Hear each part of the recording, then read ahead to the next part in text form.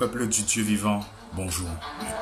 Aujourd'hui, je viens parler de quelque chose pour moi qui est d'une grande importance. Je viens délivrer un message qui a toute son importance, qui pour moi qui est crucial. Oui, nous savons que Jésus est mort sur la croix pour nous sauver. Son sang a été versé afin que nos péchés puissent être lavés. Nous sommes sanctifiés par le sang de l'agneau. Oui, Dieu nous dit que celui qui croit en lui sera sauvé. Il nous dit que si nous venons avec un cœur sincère et que nous venons à la repentance, lui, il est bon et aimable de nous le pardonner. Mais mes frères et sœurs, nous oublions des fois une chose, et nous n'en parlons pas très souvent, c'est le blasphème contre le Saint-Esprit. Il y a tout péché nous est pardonné, mais il y a un seul qui ne nous est pas pardonné, et c'est le blasphème contre le Saint-Esprit. Et aujourd'hui, je me rends compte que nous sommes entourés de personnes qui négligent cela. Pourquoi? Peut-être parce que ils ne savent pas réellement c'est quoi le blasphème contre le Saint-Esprit. Pourquoi? La parole nous dit que c'est par manque de connaissance que le peuple périt. Faites attention à ce qui sort de la bouche. Car la parole nous dit dans Matthieu 15 au verset 11, ce n'est pas ce qui entre dans la bouche qui souille l'être humain, mais c'est ce qui en sort de la bouche. C'est ce qui souille l'être humain. Faites attention à ce que vous dites. Vous pouvez blasphémer contre Jésus-Christ, dire des bêtises contre Jésus-Christ si vous voulez, dire qu'il n'est pas le Seigneur. Il vous sera pardonné, même cela. Mais le blasphème contre le Saint-Esprit n'est pas pardonné. Et Dieu nous dit dans 1 Jean 5, au verset 15 et 16, nous dit que de ne pas même prier pour de telles personnes. Et je prends la parole pour appui. Il nous est dit au verset 15 dans 1 Jean chapitre 5, et si nous savons, qu'il nous écoute quelque chose que nous demandions, nous savons que nous possédons la chose que nous lui avons demandé. Si quelqu'un voit son frère commettre un péché qui ne mène point à la mort, donc il y a un péché qui mène à la mort, sachant que tous les péchés à la base mènent à la mort, qu'il prie Dieu et Dieu donnera la vie à ce frère. Et il la donnera à ceux qui commettent un péché qui ne mène point à la mort. Il y a un péché qui mène à la mort. Ce n'est pas ce péché. Ce n'est pas pour ce péché-là que je dis de prier.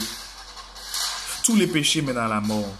Mais dès que nous demandons à Dieu pardon, nous venons à la repentance avec un cœur sincère. La parole nous dit que dès lors que nous venons vers notre Dieu, nous lui demandons pardon et il nous le pardonnera. Mais il nous dit aussi, il y a un péché qui mène à la mort et ce n'est pas pour ce péché que je vous demande de prier. Mes frères, mes sœurs, c'est très important. Tous ceux qui ont blasphémé contre le Saint-Esprit, c'est irréversible. Faites attention. Mais ne soyons pas aussi une pierre d'achoppement pour nos frères. Pour ceux qui ne connaissent pas. C'est pour ça qu'il est très important aussi de marcher droit afin de ne pas inciter quiconque à blasphémer contre le Saint-Esprit. Car Dieu nous demandera des comptes. Mais qu'est-ce que le blasphème contre le Saint-Esprit? La parole nous dit dans Matthieu 12, à partir du verset 22, que Jésus, du verset 22 jusqu'au verset 33, jusqu'au verset 32, la parole nous explique l'histoire de Jésus qui est venu délivrer une personne d'un démon. Mais il y avait ce jour-là des pharisiens. Les pharisiens ne croyaient pas en la puissance de Jésus, ne croyaient pas au Messie. Pour eux, c'était un imposteur. Et Jésus a délivré un homme. Et ils sont venus après, ils ont dit, waouh, c'est par Belzébul qu'il a chassé ce démon. En fait, ils expliquaient, pour eux, ce n'est pas l'Esprit de Dieu, ça ne vient pas de Dieu, mais c'est un sorcier. Il travaille avec Satan, il travaille avec les démons. C'est un magicien, en gros. Et Jésus leur a dit, comment un royaume peut-il être divisé? Un royaume, tout royaume divisé ne peut pas subsister.